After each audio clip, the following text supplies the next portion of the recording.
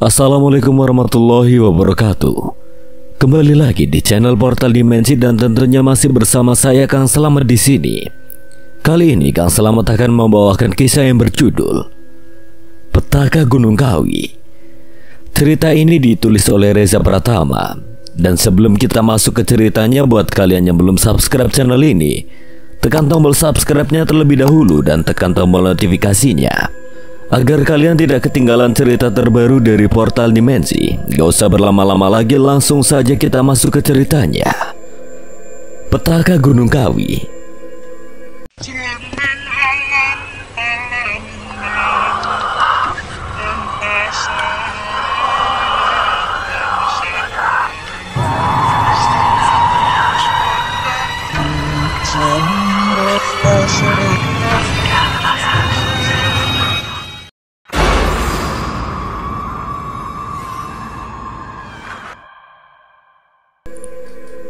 Panas dan kering.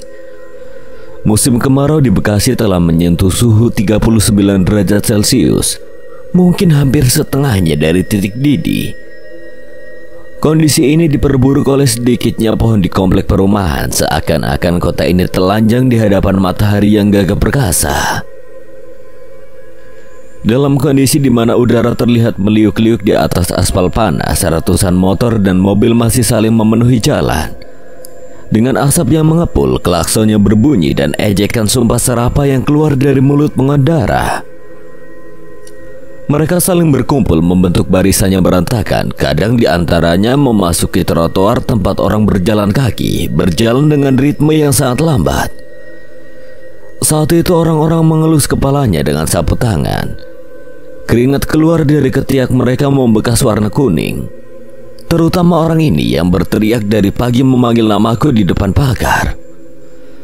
Pak Tumbal namanya. Dia menggunakan jas hitam, dalaman putih berdasi, memegang tas di tangan kirinya, helm di tangan kanannya. Dia penagih hutan yang tidak kunjung kubayar, dan ini adalah kelima kalinya dia datang ke sini.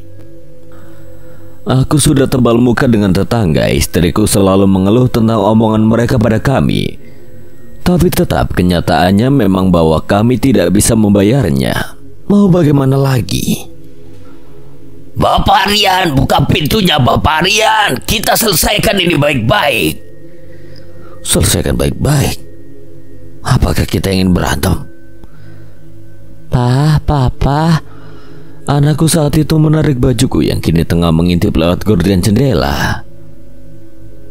Tadi Mas itu ngomong sesuatu loh Pak, pas Papa lagi di kamar mandi. Ketika aku mendengarnya, aku perhatikan bahwa terdapat air mata yang membekas di mata Ria. Sesuatu pasti telah terjadi padanya, pasti karena Pak Tumpal sialan di depan pagar tersebut. Walau mungkin ini salahku juga karena Ria yang selalu kusuruh untuk berbicara dengan bapak itu di depan. Berbohong bahwa aku sedang pergi bekerja. Jelas dia akan menginterogasi anak-anak yang polos juga nurut ini. Tapi membentak memang sudah keterlaluan. Kamu nangis karena mas-mas itu. Masnya ngomong apa tadi? Kaget Pak, aku diteriakin. Terus aku tersenyum berjongkok dan mengelus rambutnya yang ikal. Walau rasanya ironis, diriku melakukan ini seperti peduli dan akan segera memarahi pria tersebut ketika Ria akan mengatakan alasannya menangis. Namun kenyataannya aku tidak melakukan apapun. Aku terlalu takut pada pria yang berada di depan itu, yang badannya lebih besar dari pagar kecilku, yang tangannya sudah mengepal keras untuk memukulku jika saja aku bersikeras untuk tidak membayarnya. Tadi dia ngatain Papa. Aku langsung menutup mulut Ria. Jelas terlalu keras untuk anak kecil, walau dia tidak tahu arti atau gambaran dari kata tersebut. Tapi ini keterlaluan. Itu kata-kata yang gak bagus. Kamu jangan ucapin itu di depan orang ya. Saat itu Ria mengangguk menjauhiku bermain dengan adik-adiknya. Ketika Ria sudah pergi, tidak bisa kutahan lagi, wajahku segera memerah. Ekspresi marah dan gemas tidak bisa kutahan lagi. Ku kepal jari ini erat-erat dan aku tarik kata-kataku. Tetap rasanya aku yang akan kalah. Kubayangkan diriku menarik kerahnya, memarahinya sebelum kepalan tangannya mengenai wajahku, membuatku bonyok di depan anak-anakku. Ya tentu saja aku tidak melakukan hal tersebut karena takut Ria dan adik-adiknya menyaksikan hal memalukan tersebut, lalu trauma karenanya. Oh Ria, aku melakukan ini semata-mata hanya untuk dirimu. Aku akhirnya hanya bisa menghela nafas mengikhlaskannya dan pria tersebut masih berteriak keras. Sesekali dia mengelap keringatnya lalu berteriak kembali sampai akhirnya suara teriakan tersebut menghilang. Aku segera mengintip lagi dan ternyata pria tersebut meloncati pagar. Dia terjatuh namun kembali berdiri lagi. Kini dia mengetuk pintu depanku dan usahanya kali ini bisa saja kutuntut ke pengadilan dengan alasan memasuki properti orang lain dengan paksa. Walau demikian tentu saja sih aku tidak akan melakukannya, apalagi nanti malah diriku yang dituntut balik karena tidak membayar hutang sesuai perjanjian kontrak yang ditandatangani di atas materai.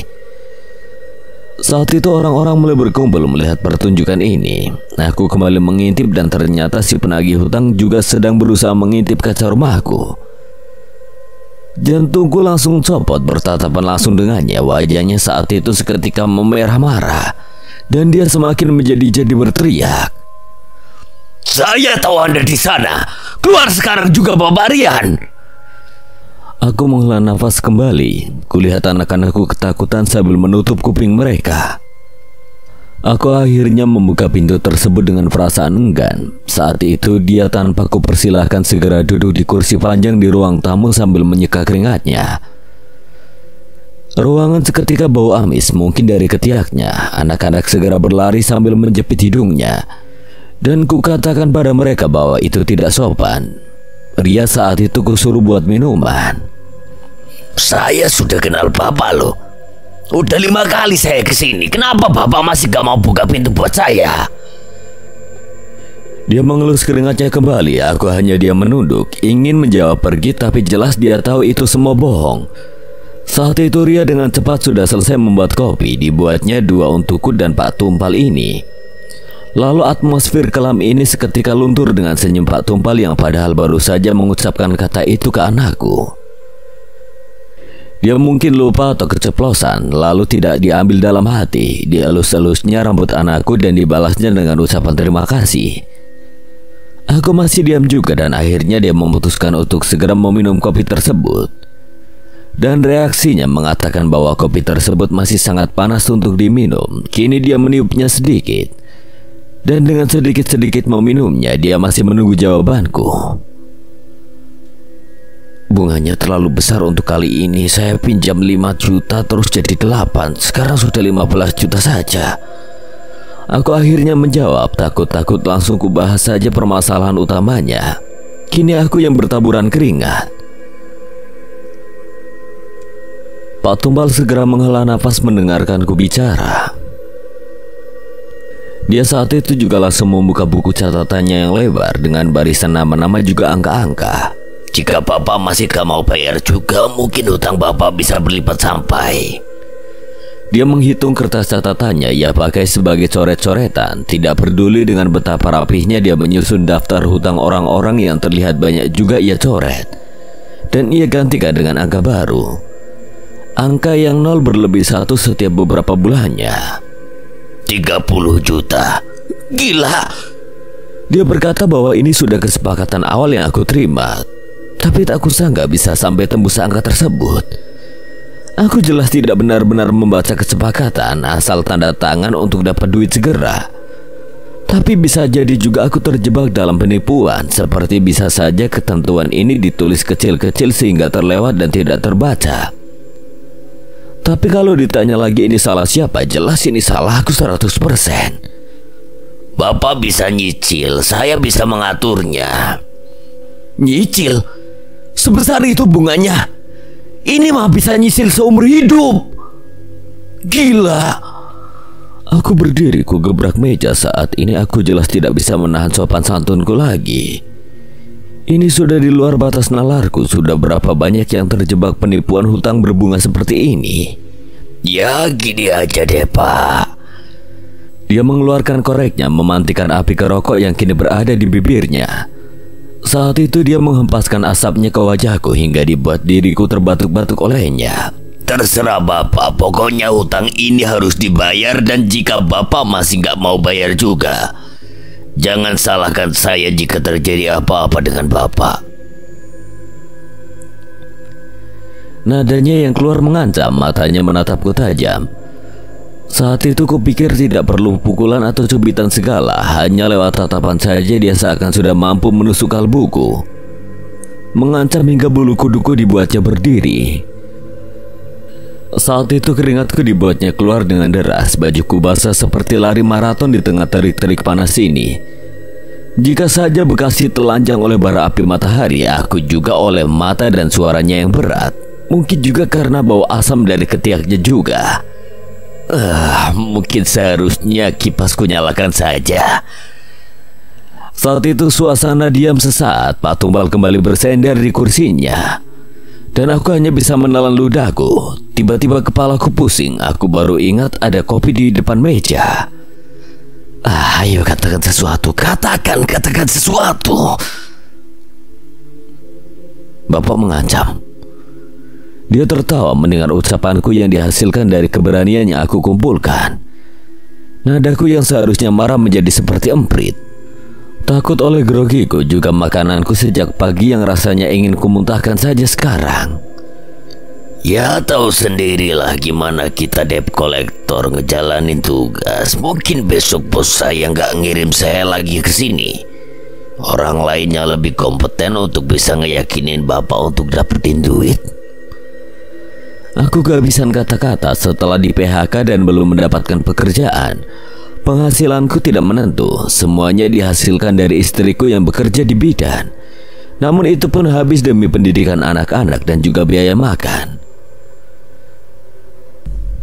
Berbagai cara aku coba pikirkan, meminjam ke kakak, mertua, teman. Aku sudah melakukan itu semua, dan bahkan hutang mereka belum kubayar hingga saat ini. Begini, Bapak pikir gimana saya bisa cari duit? Saya sendiri hutang loh ke instansi Bapak. Ya karena nggak ada uang. Saya mohon Pak, pertama saya tidak berpenghasilan. Anak saya juga butuh duit buat sekolah, dan Bapak tahu sendiri, sekolah makin mahal sekarang kan. Beras juga, bensin. Istri saya bidan, penghasilannya nggak banyak pula. Ayolah Pak, coba pahami keadaan kami. Aku menyerah. Aku hanya bisa memberi alasan rasional meminta belas kasihan. Saya bilang terserah Bapak. Jual televisi kek, jual motor kek, atau Bapak sekalian saja jadi pesugihan kek. Saya gak peduli. Pak Tumbal ini segera mengambil bukunya, menyimpannya dalam tas dan keluar dari pintu. Akhirnya tidak ada yang diselesaikan kecuali memberiku ancaman dan saran persuasif untuk membayar hutang. Melihat Pak Tumbal ini pergi, Ria segera menyelami tangannya dan dielusnya lagi kepala Ria dan diselipi uang 5.000. Katanya untuk uang jajan. Saat itu Ria segera menatapku bingung. Diberinya aku handuk, ditanyanya, apa ada hujan barusan? Atau ada hujan di ruang tamu ini? Ku bilang iya, ada badai lewat barusan dan kini masih terus berlangsung juga berdiam di kepalaku. Keringatku kini tak jua turut berhenti walau bapak-bapak itu sudah melewati pagar, hilang bersama asap-asap kendaraan dan udara yang meliuk-liuk. Aku duduk di atas ranjang saat istriku sedang mengganti seragam bidannya ke baju dasternya. Dia tahu bahwa diriku akan berkata masalah tentang hutang piutang lagi. Hal yang selalu menjadi sumber perkelahian kita semenjak menikah, seakan masalah itu terus saja mengganggu rumah tangga kami dan diperparah ketika diriku di PHK. Kalau dipikir lagi, hutang kita selalu berkaitan dengan barang-barang yang diinginkan istriku ini, terutama saat aku tidak bisa langsung membayarnya. LCD, AC, kulkas dan sebagainya. Mungkin bisa dibilang miskin-miskin seperti ini, kita tetap ingin dianggap setara dengan warga-warga kota, walau kita ini tinggal di kampungnya kota. Dan aku kadang menyetujuinya. Aku merasa aneh jika melihat mitra kerjaku memiliki laptop mahal dan kami tidak. Tapi pada kenyataannya tidak ada di antara kami yang butuh. Aku hanya mengerti menulis di Microsoft Word dan bermain soliter. Lalu lihat kini, kita terjebak hutang kredit semata-mata demi barang-barang yang kita tidak butuhkan sama sekali. Apa sesungguhnya kita butuh AC ketika kipas saja ada?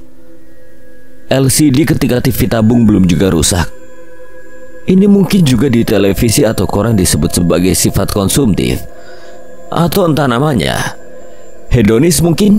Dan nyatanya memang produk-produk di televisi itu selalu menjadi candu di antara kita. Agar dibilang masyarakat modern, orang kota selepas PHK pun sama saja. Tidak ada yang sama sekali berubah. Seakan rutinitas kebutuhan untuk keberlangsungan hidup dan satu-satunya cara untuk memenuhi persyaratan hidup ini adalah dengan hutang dan mencicilnya lewat gaji kecil istriku. Jadi gimana, Pak? Kali ini akhirnya dia yang memulai duluan. Istriku kini duduk di sebelahku. Rambutnya hitam dikuncir, matanya terlihat berkantung. Lelah karena bekerja dari subuh hingga maghrib, lalu langsung disambut dengan masalah hutang piutang. Rutinitas sih baginya. Masalah hutang piutang ini bukan pertama kalinya, tapi mungkin terparah. Tapi lihat, memang seperti narkoba persoalan ini. Sudah kelihatan efeknya tapi tetap sandu. Dan aku tidak yakin dia bisa mendengar 30 juta keluar dari mulutku. Ku jawab seadanya, sepantasnya aku tidak ingin membuatnya kena penyakit stroke mendadak gara-gara ini. Ya, dia bilang utangnya bisa berlipat lagi kalau kita tetap nggak bayar nanti. Ya, dia nyerah. Bilang kalau bakalan ada orang lain yang ngurus kita. Lebih tega katanya. Ya kalau dia ngelakuin apa-apa sama bapak, kita tinggal lapor. Dia menjawab ringan. Memang ada beberapa kasus yang masuk televisi soal penyiksaan dari debt collector yang dikirim dari bank. Tapi pertanyaan sesungguhnya adalah apa dia mau aku diapa-apakan? Kan yang di televisi kalau tidak salah sampai mati. Dan apakah aku juga punya nyali untuk melapornya? Gak gitu, Ma. Maksudku kita harus cari duit. Aku akhirnya segera menjawab langsung ke intinya, walau jelas intinya tentang keselamatanku sendiri. Gimana? Masih ada yang bisa diutangin? Bapak mau utang lagi? Mulai lagi. Kini aku yang mulai tersinggung. Nadanya terdengar menyebalkan, sangat menjengkelkan. Seakan aku yang dia tuduh satu-satunya biang kerok di sini. Terserah Mama, aku udah capek berantem soal ginian. Aku akhirnya menyerah berbicara dengannya, membaringkan badanku, dan tiba-tiba istriku berucap nama satu wilayah. Gunung Kawi, Pak. Apa? Aku kembali memberdirikan tubuhku, berusaha mencerna apa yang istriku katakan. Gunung Kawi, tadi aku dengar ibu-ibu ngomong itu. Kenapa Gunung Kawi? Di mana itu? Istriku melotot ternganga, tidak percaya bahwa aku sama sekali tidak tahu menahu soal gunung ini. Dia seakan menyatakan gunung ini sama terkenalnya dengan Gunung Merapi dan Gunung Semeru. Dan aku serius menyatakan bahwa aku tidak pernah mendengar sama sekali perihal gunung ini. Malang, Wonosari. Aduh, Bapak kok nggak tahu sih? Tempatnya itu terkenal banget tahu, Pak. Kata ibu-ibu, bisnis suami mereka pada sukses habis ke sana, rezeki ngalir. Tahu Ibu Somad? Duh, itu ibu jujur banget. Katanya anaknya sukses gara-gara dibawa ke sana. Pikiranku langsung tertuju pada ucapan bapak penagih hutang tersebut. Pesugihan. Bahwa hasil uangku berasal dari yang gaib-gaib. Kamu serius? Serius? Aku telepon saudaraku biar dia beliin tiket sama kamu, bisa tinggal bentar di sana. Anak-anak sekalian deh kamu bawa pergi. Sekalian liburan daripada kerjaannya cuma nonton TV di rumah. Istriku menjawab mantap. dan aku tidak bisa melawannya. Dia segera pergi menuju handphone Galaxy S5-nya di tas, dan aku hanya duduk pasrah di ranjang ini, membaringkan tubuhku kembali, berpikir bahwa siapa tahu benar, pokoknya apapun demi hutang ini terbayar. Ke Gunung Kawi, aduh. Masnya gimana? Harusnya hari Jumat Legi, atau gak tanggal 12 bulan Suro. Kurang majur kalau sekarang, ucap saudara istriku, Bang Ucok. Rambutnya dibelah dua, memakai baju kotor baru dari kebun. Terlihat udik sekali. Dia sesekali mengeluarkan senyuman dan terlihat gigi dua depannya yang dihiasi emas. Di sini dia sukses sekali. Tanah beratus-ratus hektar miliknya, dan dibuatnya kebun buah, teh, dan sebagainya. Dia punya 3 mobil, 1 buat dia, 1 anaknya, dan 1 untuk istrinya. ini mobil saya dapat dari pas kejatuhan daun Dewan Daru. Wah, bapak pokoknya harus ada di bawah pohon itu. Terus kejar tuh daun, jangan sampai kedahuluan orang. Ucok menunjuki mobilnya, mobil jeep yang ia kemudikan. Anak-anakku dititipkan di rumahnya. Takut hilang ketika bermain di gunung tersebut, apalagi dengar-dengar tempatnya angker. Aku melanjutkan kembali pembicaraan kita, menanyakan yang tidak habis pikir di pikiranku. Dikejar? Banyak yang rebutan gitu? Banyak, Pak. Duh, saya malah pernah lihat itu daun jatuh di atas cewek. Bisa digrepe-grepe pas ngerebutin daunnya. Ucok menunjukkan tangannya seakan dia meremas-remas sesuatu. Ye, bapak itu mah cari kesempatan. Terus tuh cewek teriak minta tolong. Ya kagak, dia juga pengen daunnya. Gak ada yang dapet. Katanya dicepit di selangkangannya. Tahu gitu besok-besok katanya mereka ngecek sampai selangkangan. Kupastikan momen daun itu jatuh pasti bukan momen yang baik. Orang udik, mistik, dan kerasukan. Oh, juga nafsu. Pikir-pikir lagi, ku dengar tempatnya dibakar. Toko agama lagi. Dan bagaimana rasanya jika dia masih hidup? Melihat orang-orang ini melakukan hal tersebut di tempat peristirahatannya yang terakhir. Bahwa orang-orang yang ingin dia bawa menuju pencerahan malah makin parah butanya, jatuh ke dalam kegelapan. Orang-orang yang cuma seperti aku ini yang juga tertarik. Aku pikir percuma saja aku pikirkan ini. Lagi pula orang di sebelahku buktinya sukses. Berarti sudah restu Tuhan, restu si Pak Kiai juga yang sudah meninggal, bahwa semua ini akan baik-baik saja, insya Allah halal. Lepas dari lamunanku, Ucok mulai menceritakan soal dirinya di antara liuk-liuk jalan menuju Gunung Kawi, tentang bisnis barunya, anaknya yang kini sedang keranjingan koleksi mobil kuno, lalu buah-buahannya yang sangat rimbun dan laku. Saat tahu diriku mau ke Gunung Kawi, dia juga ingin berkunjung biar makin panen kebunnya yang kupikir terdengar maruk sekali. Sudah sampai, Pak. Oh, ini Gunung Kawi. Sudah sampai dan tidak kutemukan perasaan mempesona sama sekali. Ekspresiku datar, jauh dari ekspektasiku tentang Gunung Selamet yang kukunjungi semasa kuliah, atau Gunung Merapi semasa liburan keluarga. Gunung Kawi bukanlah gunung yang indah, hanya 2000 meter tingginya.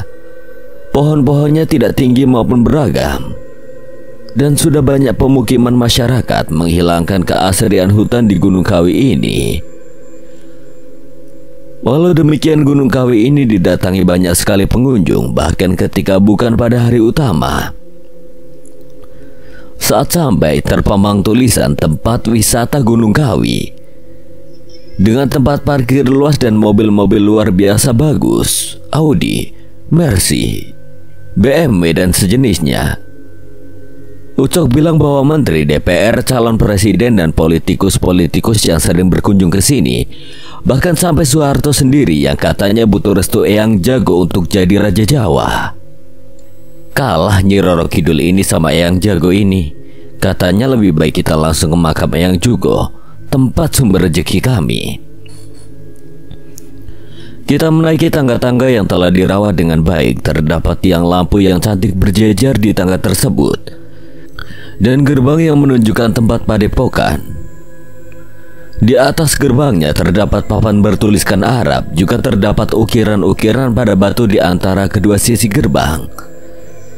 Coraknya adalah khas orang-orang Tionghoa. Mungkin kalau diperhatikan lagi, memang banyak sekali ornamen Tionghoa di Gunung Kawi ini.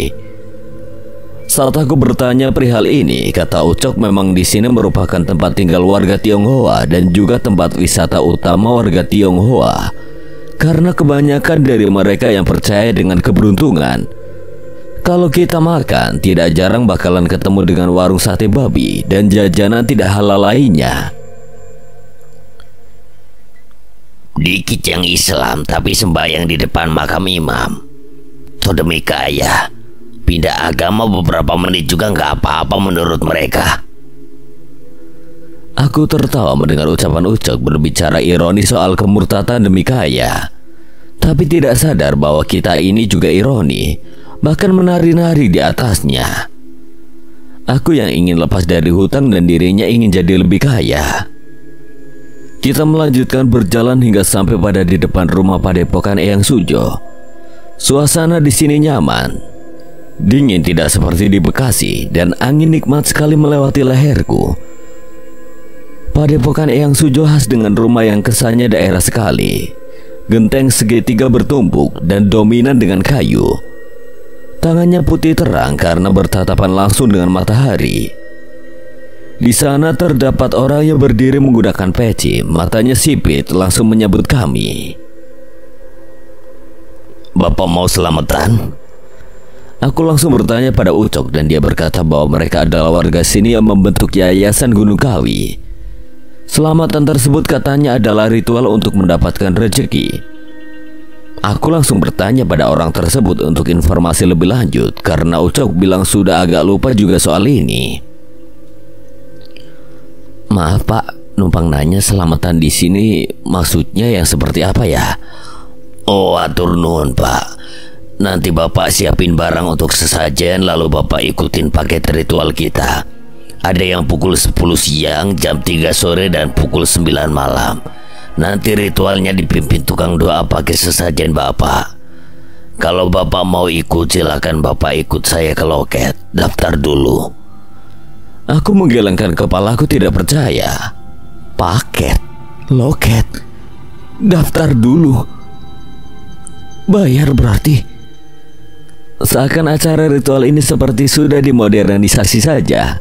Orang tersebut berkata bahwa terdapat tempat yang menjual barang-barang yang biasanya umum dijadikan selamatan. Tetapi Ucok berkata bahwa dia sudah menyiapkan barang yang diperlukannya. Sesuai dengan uang yang kuberikan padanya sehingga diriku tidak perlu lagi beli dari warga sekitar yang katanya mahal sekali. Kita berjalan mendaftar jam 3 sore karena kebetulan sudah dekat-dekat jam segitu. Di sana aku bisa melihat terdapat orang yang membawa kambing dan sapi. Aku segera berbisik pada Ucok karena yang dia sediakan untukku hanyalah sembako. Seperti beras dan minyak, Ucok yang membawa ayam saat itu untuk dirinya sendiri.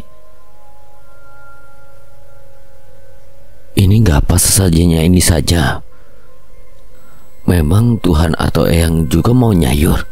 Ya kalau mau bagus sih kambing hitam, tapi yang disediain masyarakat harganya semotor, mahal banget. Makin besar harganya atau makin langka katanya bakal lebih manjur. Tapi ya... Dia menatap bawaanku, tatapannya memperlihatkan rasa kasihan. Sembako juga lagi langka sekarang. Kepalaku langsung meledak marah, bahkan sampai lepas plastik sembako di tanganku. Aku segera lupa diri dan mengutuknya jika saja uang yang ku keluarkan demi sembako ini bakal sia-sia.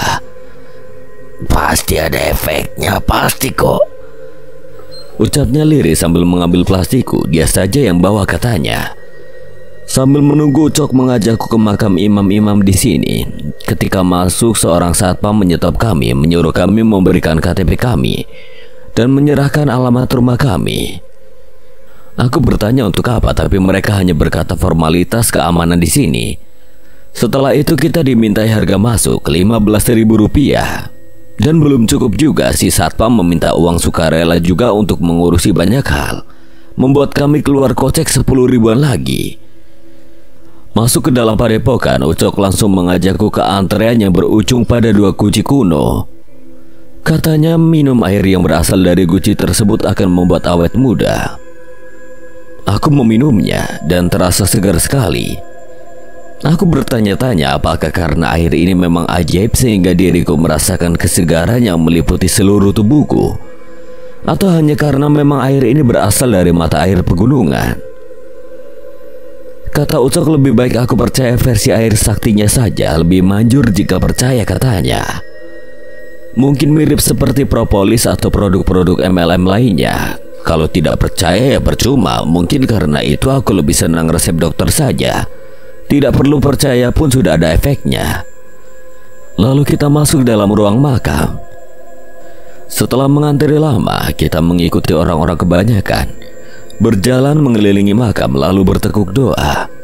Sambil berdoa akan keselamatan, aku juga meminta keinginan untuk mendapatkan rezeki melimpah.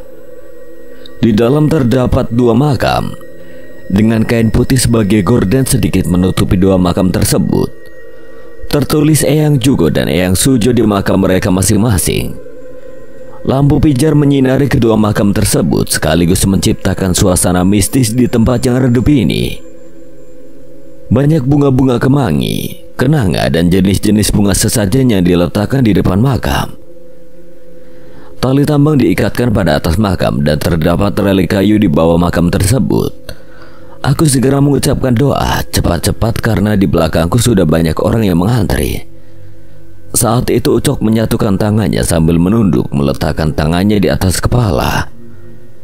Lalu mulutnya komat kami dengan cepat dalam suara berbisik. Kalau tidak salah memang cara doa inilah yang dilakukan semua pengunjung. Cara doa seperti di kelenteng. Aku bingung untuk mengikuti cara doa mana yang benar, namun akhirnya aku hanya menggunakan cara berdoa yang biasa saja. Mau ke pohon Dewan Daru? Ucapnya setelah berdoa. Aku melihat jamku masih 30 menit lagi. Ayolah. Kami lalu berjalan menuju pohon Dewan Daru tidak jauh dari tempat makam. Berada di daerah pesarian tempat di depan padepokan. Dan kemudian kami duduk di bawahnya bersama banyak orang yang duduk sambil melihat jam. Angin berhembus kencang karena cuaca yang kini mendung dan dahan pohon ini meliuk-liuk mengikuti kencangnya angin. Namun tak satu pun daun yang jatuh. Kutanya bagaimana kalau dipetik saja, tapi Ucok bilang tidak akan ada efeknya. Aku kemudian hanya bisa menikmati semilir angin dan udara sejuk. Sejenak hampir lupa soal hutangku. Mungkin yang kulakukan mirip-mirip dengan orang di sini yang juga berasal dari kota luar dan punya masalahnya masing-masing. Ingin kaya atau butuh uang untuk kuliahin anak, atau juga buat bisnis yang hampir bangkrut, sudah benar-benar putus asa hingga percaya satu pohon bisa mengubah hidup mereka. Syanto, Ucok membangunkanku dalam renungan. Apa?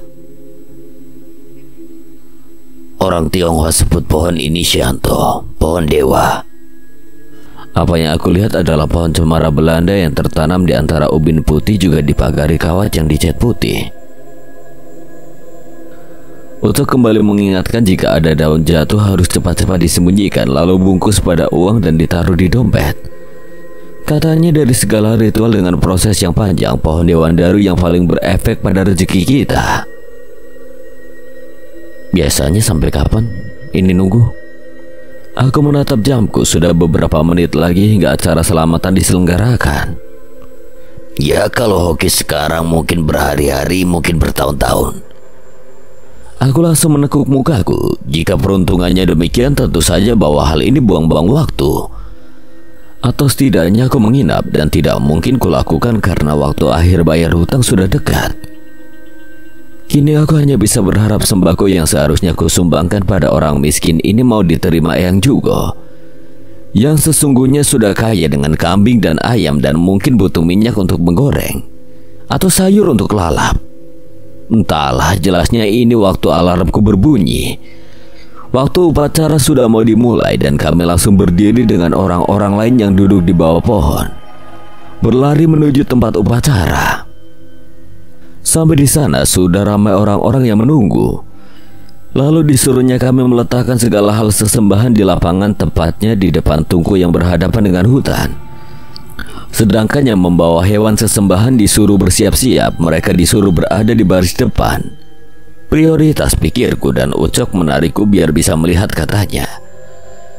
Sang pendoa lalu datang berpakaian hitam, lebih mirip dukun daripada priai. Memantikan serbuk-serbuk pada tungku kecil, sang dukun membaca doa, komat kamit, kupikir bahasa Jawa bukan Arab. Dia melepaskan sesuatu pada tangannya, membuat percikan api di tungku kecil tersebut. Kambing dan sapi lalu disuruh dilepaskan dari talinya, dan mereka berjalan secara berirama ke hutan. Dikembalikan ke alam untuk penghormatan ke alam. Saat itu aku tahu bahwa hutan ini tidak besar juga. Bisa-bisa kambing dan sapi ini berkunjung ke rumah warga, atau mungkin sudah ada yang menunggu di dalam hutan. Serius nggak diambilin warga? Enggak lah, kualat tahu. Kualat. Terus barang-barang yang bukan hewan ini mau diapain? Dibuang ke hutan, dibakar atau disumbangin? Dia cuma bilang jika aku tidak percaya, dan apalagi membuatnya tidak percaya, efek ritual ini akan hilang. Dan setelah itu dia enggan berbicara padaku lagi. Saat itu kita disuruh berdoa bersama, setelah itu dipimpin oleh dukun tersebut. Aku kini hanya ingin menyebutnya dukun. Sampai pada akhirnya doa sang dukun berhenti ketika sebuah cahaya flash keluar dari kamera seseorang. Tiba-tiba suara orang berteriak menepuk kamera itu jatuh. Tidak boleh memotret. Lah saya bayar di sini.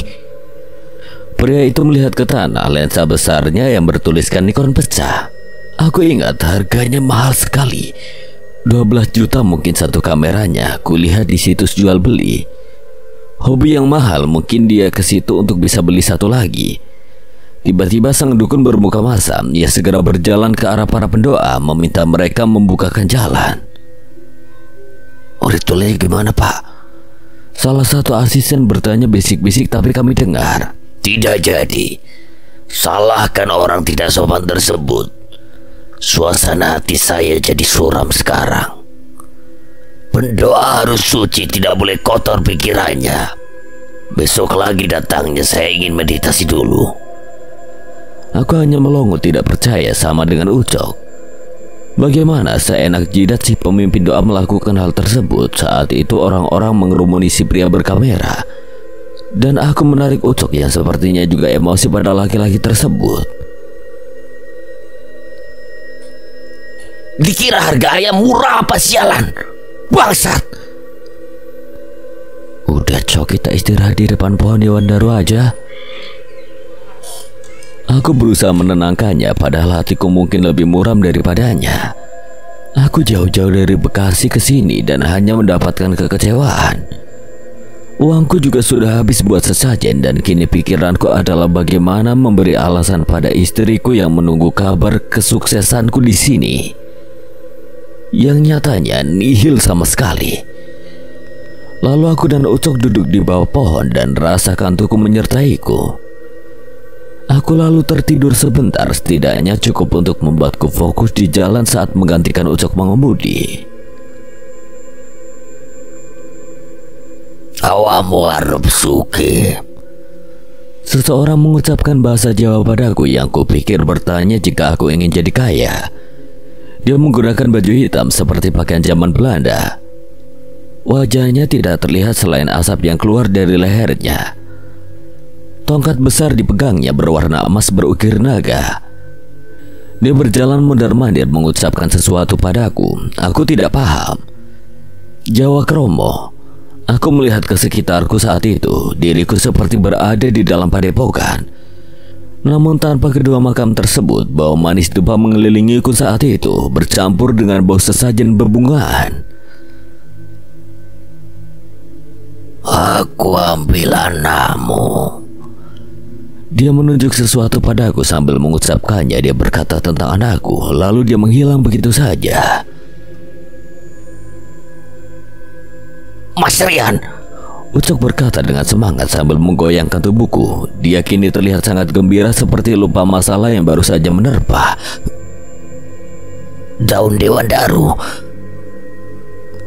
Dia menunjukkan daun padaku, namun langsung menutup mulutnya dan melirik ke kiri dan kanan, takut jika ada orang yang mendengarnya. Ada di kepala Mas tadi jatuh. Waduh, beruntung saya tadi lihat, kalau ketahuan orang bisa dicuri. Dia mengucapkan hal tersebut sambil menaruhnya ke tanganku, membuatku mengepalkannya. Uang Mas dibungkus pakai ini, taruh di dompet. Insya Allah rezeki ngalir Mas, rezeki numpuk. Aku terdiam sebentar, lalu tiba-tiba senyum keluar dari mulutku. Ternyata diam-diam aku percaya juga. Langsung ku bungkus daun ini dengan uangku, ku taruh di dompet. Seketika tempat kelam ini jadi warna-warni. Langit yang gelap jadi terang dan rezeki segera datang padaku. Walaupun mungkin efeknya tidak langsung, setidaknya berita baik untuk istriku. Ucok menepuk-nepuk pundakku. Dia ingin traktir diriku di restoran paling mahal di Malang. Katanya biar rezekinya nular. Dan kini aku pikir ini rezeki pertamaku. Akhirnya bisa makan selain tongkol di rumah. Kita segera ke mobil dan Ucok bilang dia saja yang nyetir. Di tengah jalan dia bilang katanya menginap saja. Seminggu gitu. Tapi ku bilang tiket yang ku beli sudah akan berangkat pulang. Dan aku menolak tiket ganti. Lalu dia tanya apakah aku mimpi sesuatu. Ku jawab iya. Dan katanya itu berarti sudah restu dari Eyang Jugo. Aku hanya mengangguk saja karena mungkin memang ada hubungannya. Dan kini aku sudah lupa-lupa sedikit apa yang tadi kakek itu minta. Aduh, benar saja ucapannya. Setelah pulang istriku berkata bahwa dia baru saja mendapatkan harta warisan dari saudara neneknya yang dulu sering ia kunjungi. Warisan tersebut berupa tanah yang telah dibangun kontrakan. Ramai dan uang yang tidak sedikit mengalir dari kontrakan tersebut. Saat itu katanya dia mimpi ketiban durian dan tahu-tahu sudah dihubungi bahwa namanya tertulis dalam wasiat. Tak elak ku cubit pipiku, meminta anak-anak cubit juga, tapi sakit. Sakit, aku tidak bermimpi. Daun ini ngaruh sakti mandraguna.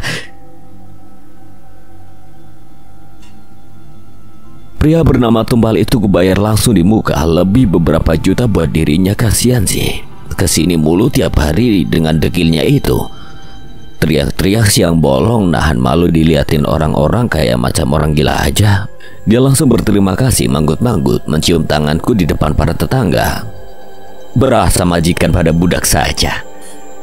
Setelah itu tiba-tiba teman kuliahku Reza mengajakku bisnis ikan sidat. Dan aku hanya perlu investasi sedikit dan langsung usaha ini laku keras.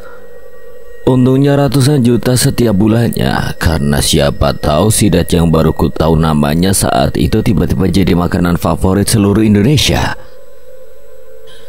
Media sosial memang edan, apa saja yang enak bisa kesebar. Dan dari mana saja pingin segera coba. Uang hasil keuntungan ini langsung kupakai untuk rumah, mobil dan sebagainya dalam kebiasaan kami sebagai keluarga konsumtif. Tak lama istriku keluar dari bidan, dia langsung membuka bisnis baju dan usahanya juga tidak kalah laku. Pasti karena Gunung Kawi bukan? Ku bilang apa? Dia selalu mengucapkannya padaku, hidungnya kembang-kembing saat mengucapkan hal tersebut. Tapi kebahagiaan kita tidak berlangsung lama, Ria jatuh sakit saat itu. Dan seketika, berapapun harta yang kita punya tidak mampu membendungi perasaan sedih kami. Ternyata kekayaan macam makanan mahal, mobil, rumah mahal megah dan sebagainya tidak ada artinya ketika seseorang yang kita kasihi ataupun dirimu sendiri sakit, terutama istriku yang setiap hari menangis melihat kondisi Ria. Kondisinya jelas bukan sakit biasa. Pertama, memar muncul di tubuhnya. Kutanya apa dia jatuh, namun tidak katanya. Aku pegang dan katanya tidak sakit. Akhirnya kami bawa ke dokter dan kata dokter dirinya kekurangan zat besi. Dan saat itu juga Ria jadi tidak mau makan Indomie kesukaannya, mie ayam dan mie lainnya dia tolak. Satu-satunya yang ia suka kini adalah daun sawi. Tidak mau bayam atau semacamnya, hanya sawi saja. Dan kini tubuhnya makin kurus dan kurus. Jelas bahwa tidak ada kandungan gizi apa-apa di sawi. Beberapa bulan kemudian memar mulai muncul di lehernya, tangan kirinya, kakinya, seluruh badannya. Lalu yang paling mengerikan, Ria mulai demam dan sering kejang-kejang. Busa keluar dari mulutnya yang kami pikir Ayan, tapi bukan. Ya Tuhan, ini bukan Ayan. Ria seketika itu berdiri berhenti dari kejangnya, matanya menjuling ke atas, dan dia berbicara bahasa yang lain, bahasa Jawa. Sesuatu yang tidak pernah kami ajari padanya, bahkan ibunya sekalipun yang berasal dari Jawa. Melu karo mbahmu aja nakal. Dia tampar dirinya sendiri berkali-kali, dan saat istriku berusaha menghentikannya, dia merasakan sesuatu yang sangat kuat membuatnya tidak mampu menghentikan apa yang dia lakukan. Dia tetap menampar wajahnya sendiri keras-keras hingga biru dibuatnya. Istriku hanya bisa berteriak kencang-kencang hingga tetangga datang berbisik-bisik di depan pintu bahwa anakku kena Ayan. Di akhir dia akan menghadap padaku, melotot sambil menyeringai, mengucapkan sesuatu yang kami semua mengerti. Ku ambil dia. Kami sekeluarga langsung ketakutan dan seketika Ria jatuh. Kupisah dirinya dari pelukan ibunya dan kubawa dia menuju kamarnya, lalu kuusir warga dari depan pintuku. Istriku saat itu langsung memukulku di dada dalam tangisnya, bertanya apa yang terjadi pada anakku. Aku ingat, Ma. Aku lupa cerita ke kamu. Apa? Aku tidak bisa menahan tangisku. Aku segera terduduk bersender pada tembok. Aku segera mengeluarkan dompetku. Ku buka uang dan daun yang membungkusnya. Ada kakek-kakek. Tiba-tiba omonganku terpotong oleh erangan dari dalam kamar. Pak, Ria keluar dari kamarnya dan meminta dibuatkan Indomie dengan sawi. Istriku langsung memeluknya, mencium dahinya yang memar.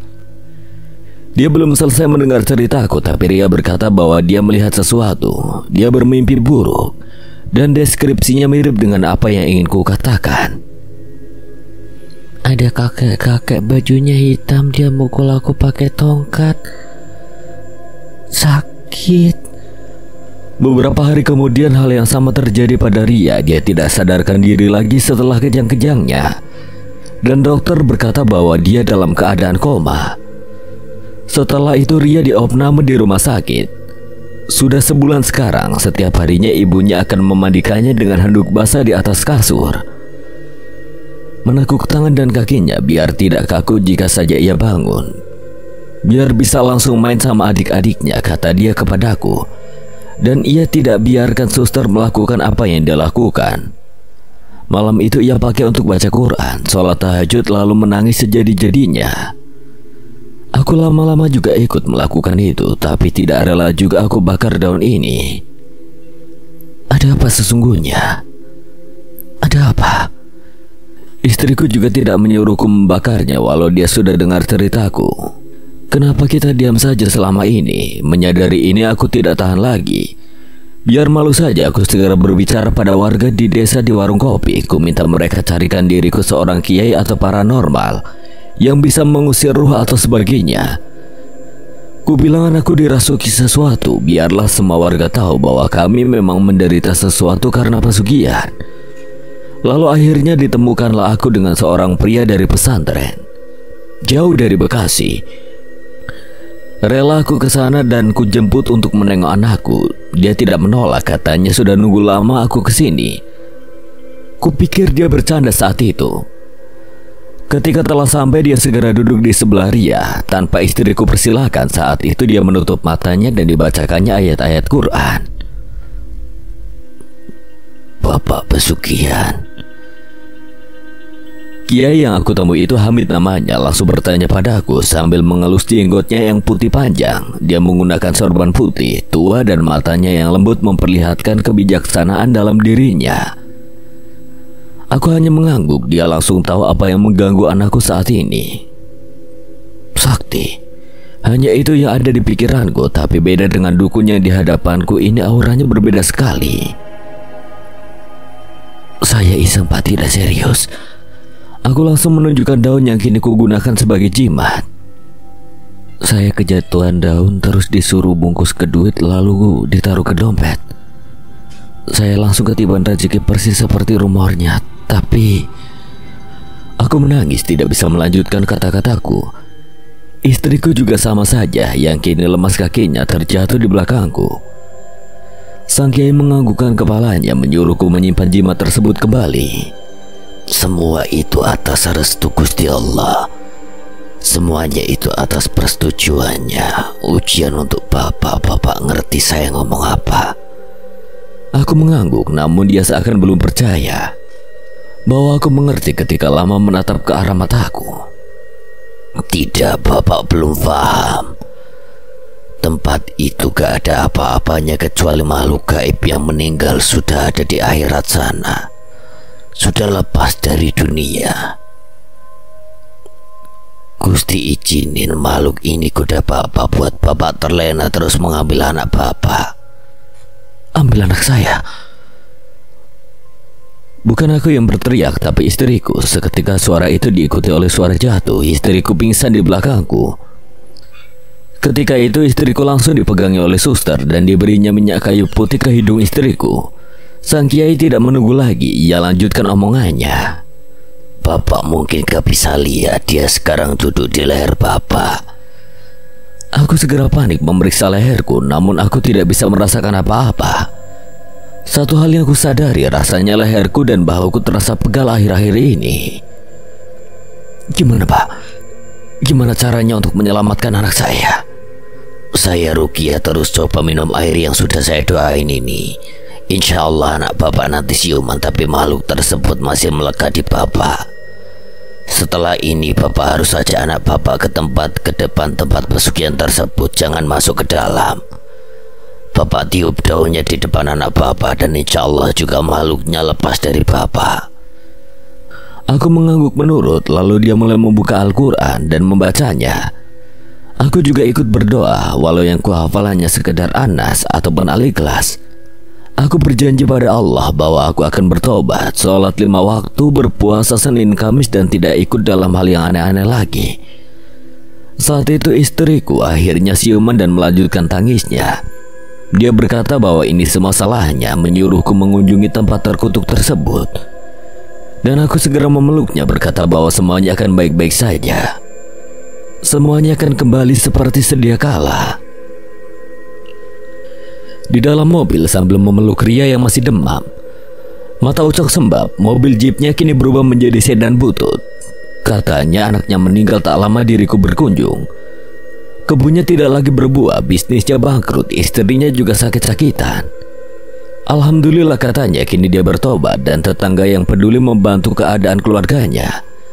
Kini mereka punya bisnis kecil-kecilan, tidak sesukses dulu, namun cukup membiayai hidup mereka. Dia dan istrinya hingga kini masih berduka soal anak mereka yang kecelakaan. Mereka sangat menyesal sempat melakukan pesugihan, nasib yang persis seperti diriku kini. Saya bakar daunnya, saya langsung sholat tobat.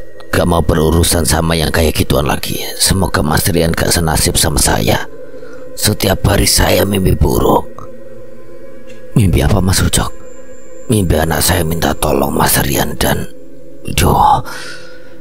Ucok saat itu menyeka air matanya yang mulai keluar deras dan suaranya bergetar tidak mampu berkata-kata.